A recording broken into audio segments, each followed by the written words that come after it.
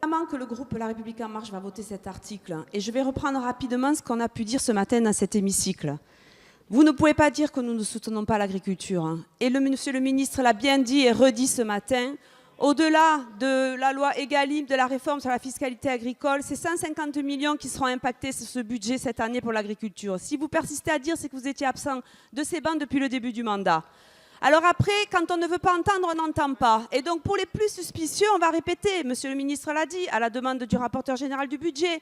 Oui, bien sûr, ce dispositif s'applique bien hors heures supplémentaires, donc il n'y a pas de débat.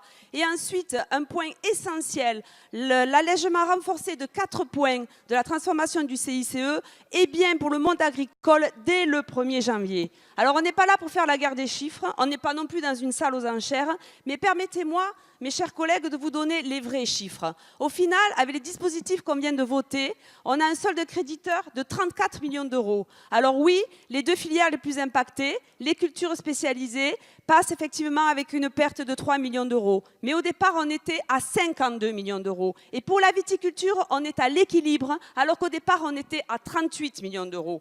Alors oui, nous sommes satisfaits aujourd'hui du travail que nous avons fait avec le gouvernement et qui respecte notre cap d'allègement de charges pérenne. Un cap clair que nous tiendrons et n'en déplaise à l'opposition, nous sommes bien en marche avant et nous voterons cet article 8.